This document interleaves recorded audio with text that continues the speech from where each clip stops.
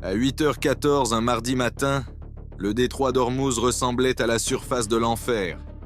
Des colonnes de fumée noire s'élevaient de 17 incendies distincts. Du carburant en feu se répandait sur l'eau en nappes orangées que le vent poussait vers le sud en direction des côtes omanaises. Des champs de débris s'étiraient sur 3,5 km du détroit le plus stratégique du monde. Fibres de verre, aluminium, pièces de moteur, tout ce qui avait été des embarcations et n'était plus désormais que des fragments épars se déposant lentement dans 60 mètres d'eau. L'USS Gerald Ford se trouvait 15 km au sud de tout cela. Son pont d'envol ne marquait aucune pause. Les aéronefs décollaient, dans les délais prévus, l'équipage prenait son petit déjeuner, son commandant rédigeait un rapport d'engagement qui circulerait dans tous les commandements navals de la planète avant midi. 9 minutes plus tôt, il y avait 20 embarcations. Le Gerald Ford transitait par le détroit d'Ormuz à 7h58, lorsque le 2D Hawkeye en orbite à 7600 mètres, au-dessus de la formation détecta les premiers contacts émergeant de la côte iranienne près de l'île de Keshm. Pas un ou deux contacts. Pas une formation de patrouille. 20 embarcations appareillant simultanément d'une petite installation navale que le renseignement américain surveillait depuis 72 heures, attendant précisément ce type de mouvement. Le radar AN/A PS-145 du Hawkeye identifia les 20 contacts en 6 secondes et les données transitèrent instantanément via le lien 16 vers chaque navire du groupe de combat. Chaque écran Aegis, chaque écran du centre d'information de combat, chaque moniteur de passerelle de la formation affichant la même image au même moment. 20 vedettes rapides. Cap 019, vitesse 57 km à l'heure et en accélération sur une trajectoire rectiligne directement vers le Gerald Ford. Le commandant du groupe de combat était éveillé depuis 19 heures. Il examina l'image des contacts pendant 8 secondes avant de formuler son évaluation. Poste de combat dans toute la formation. 3 escorteurs nord avancent sur la ligne d'interception. Distance maximale du porte-avions. Et puis, un 4e ordre auquel il penserait pendant des années. Il ordonna au Gerald Ford de poursuivre son transit. Ne pas ralentir, ne pas manœuvrer. Continuer à avancer vers le sud dans le détroit selon le calendrier prévu. Parce qu'immobiliser le plus grand porte-avions du monde au milieu du détroit d'Ormuz était exactement ce que 20 vedettes rapides, fonçant vers lui à pleine vitesse, auraient aimé voulu. Les escorteurs nord étaient l'USS Meacher, l'USS Bulkley et l'USS Nitz. 3 destroyers lance-missiles de classe Harley Burke, formant un mur entre la côte iranienne et le porte-avions à 15 km au sud. Chacun portait un canon naval, marque 45 de 127 mm, des canons automatiques marque 38, des affûts de calibre 12,7, un phalanx et une suite de combats Aegis complète. Chacun avait un équipage qui s'était entraîné chaque semaine pendant 7 mois pour ce scénario précis.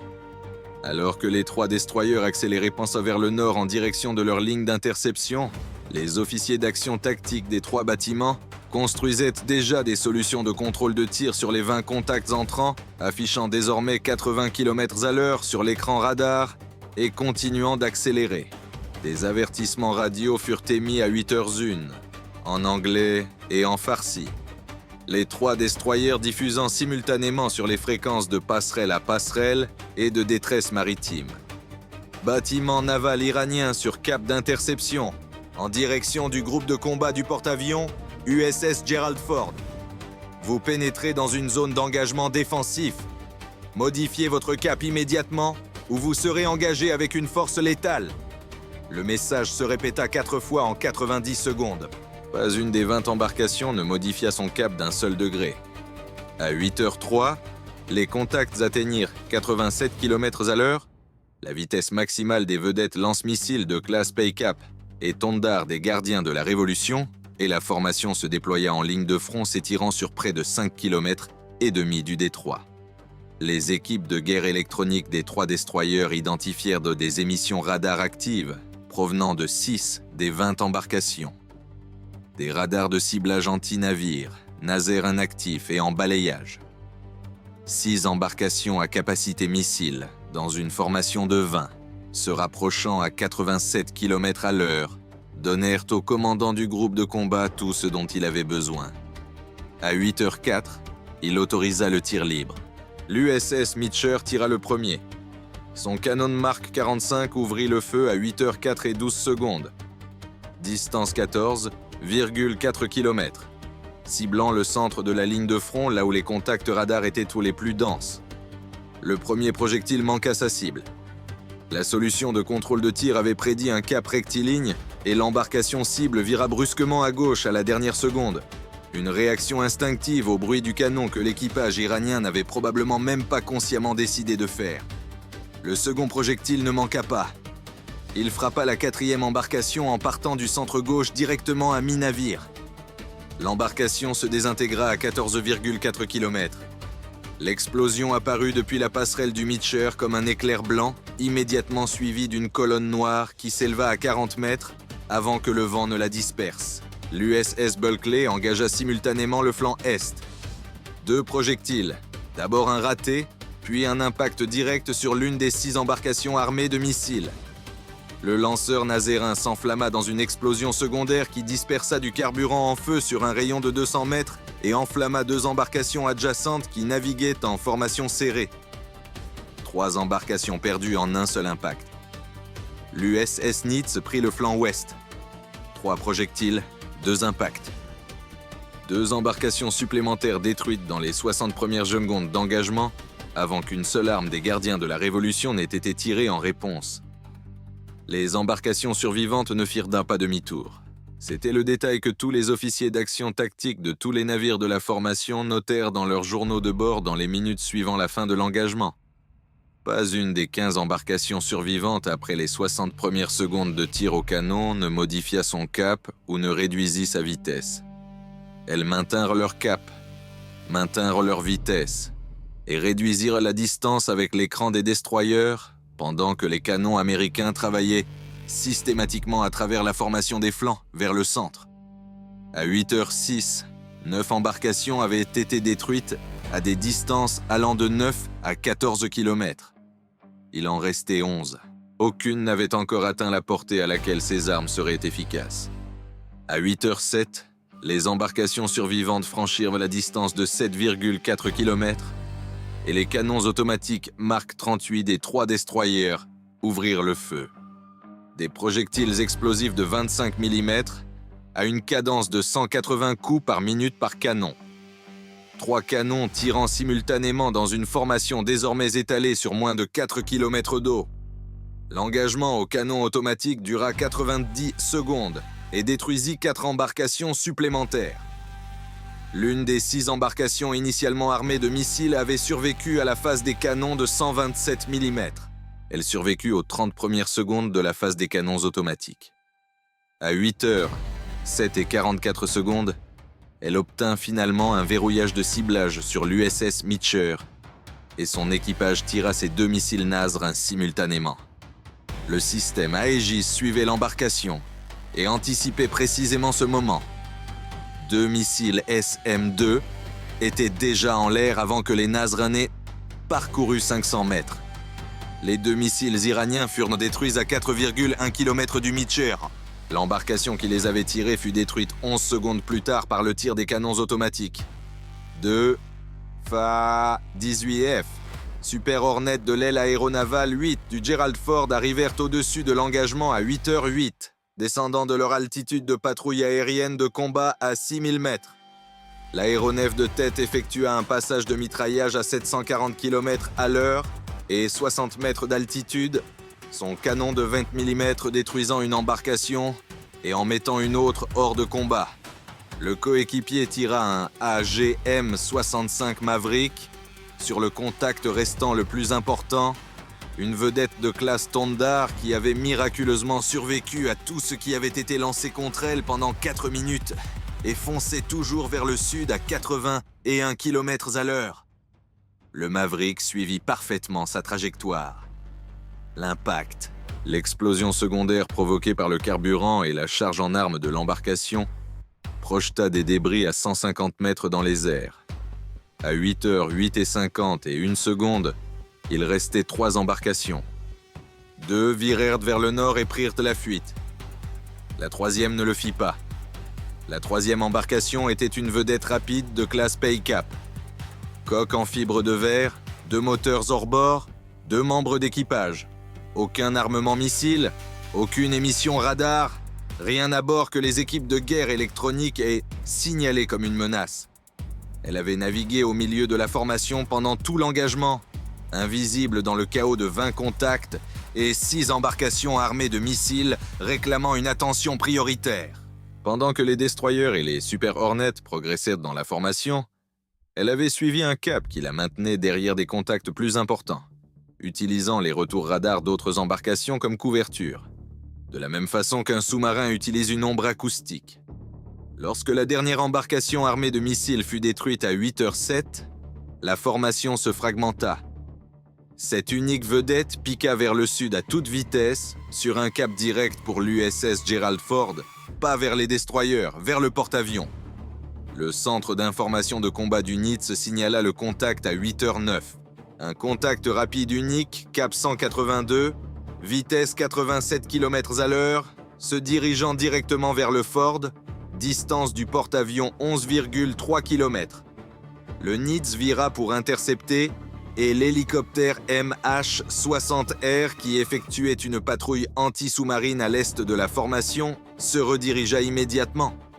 Un missile Hellfire détruisit la vedette à 8h11 à une distance de 8 km du Gerald Ford, la plus grande proximité qu'un bâtiment iranien ait atteinte par rapport à un porte-avions américain en 22 ans d'opération dans le Golfe. À 8h14, le détroit d'Ormuz brûlait et était silencieux. 17 embarcations détruites, 2 en fuite, une détruite seule en tentant d'atteindre le porte-avions. 0 victime américaine, 0 dommage sur aucun bâtiment américain. Le Gerald Ford n'avait pas modifié son cap une seule fois pendant ces 9 minutes. Ses catapultes avaient lancé 2 aéronefs pendant l'engagement. Son équipage avait pris son petit déjeuner. Le rapport d'engagement du commandant du groupe de combat était clinique et complet.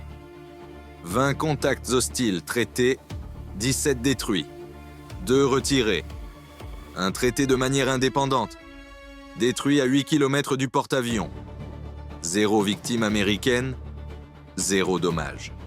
Opération du porte-avions non affectée. L'annexe classifiée avait 3 paragraphes de long et posait des questions auxquelles le rapport d'engagement ne pouvait pas répondre. La première question était tactique. Pourquoi une ligne droite ? Les tactiques d'essaim existent précisément pour submerger les systèmes défensifs par la tromperie, le débordement et la saturation depuis plusieurs axes.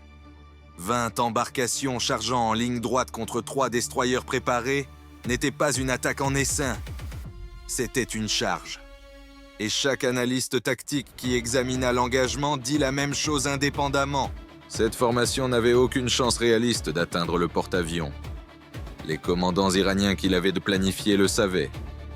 Alors pourquoi l'avaient-ils planifié ainsi ? La deuxième question concernait la vedette de classe Paycap. Lorsque les plongeurs de la marine récupérèrent les débris de l'embarcation qui avait foncé vers le sud en direction du Ford, ils trouvèrent quelque chose qui ne figurait dans aucune évaluation du renseignement sur l'équipement des vedettes rapides des gardiens de la Révolution. Boulonné à la coque sous la ligne de flottaison, protégé dans un boîtier étanche, se trouvait un ensemble de capteurs, compacts, sophistiqués, orientés vers l'avant en direction de l'endroit où se serait trouvé le Gerald Ford si l'embarcation s'était approchée davantage. Ce n'était pas une arme. Ce n'était pas un système de guidage pour un missile. C'était un dispositif de collecte. Capteurs acoustiques, capteurs électromagnétiques, capteurs optiques. Le type d'ensemble que l'on boulonne sur une embarcation lorsqu'on veut s'approcher le plus possible d'une cible et enregistrer tout ce qu'on peut à son sujet avant que l'embarcation ne soit détruite. La troisième question était celle à laquelle personne ne pouvait répondre. Si l'ensemble de l'attaque, 19 embarcations détruites à la vue de tous, une embarcation sacrifiée tentant d'atteindre le porte-avions, avait été conçue pour amener cet ensemble de capteurs à proximité du Gerald Ford, Que cherchaient-ils à mesurer et s'étaient-ils approchés suffisamment pour le mesurer? 8 kilomètres. L'évaluation de la marine était que les capteurs n'avaient pas été assez proches pour collecter quoi que ce soit de significatif. L'évaluation fut classifiée au niveau le plus élevé, et le fait qu'elle soit classifiée au niveau le plus élevé était lui-même une réponse d'une certaine nature, parce que les choses qui définitivement n'ont pas fonctionné ne se voient pas classifiées au niveau le plus élevé. Le Gerald Ford acheva son transit du détroit d'Ormuz dans les délais prévus. L'engagement fut officiellement catégorisé comme une victoire tactique américaine décisive. 17 embarcations détruites, 0 victime, opération du porte-avions non affecté. Chaque indicateur disait la même chose. La marine américaine avait remporté une victoire complète. Mais dans les briefings du renseignement qui suivirent, une question apparut sur une unique diapositive présentée à chaque commandant de groupe de combat se déployant dans le Golfe dans les mois suivants. Elle montrait une icône bleue de porte-avions, un point rouge à 8 km et 4 mots en dessous. Que mesurait-il? La note du présentateur au bas de la diapositive disait la même chose à chaque fois. Nous ne savons pas. Et jusqu'à ce que nous le sachions, supposez que la prochaine embarcation s'approche davantage. L'eau brûla pendant 6 heures. Le Gerald Ford était déjà passé dans le détroit avant que le dernier incendie ne s'éteigne. 9 minutes. 20 embarcations. Et une question qui changea la façon dont chaque porte-avions américain opère dans le Golfe depuis lors.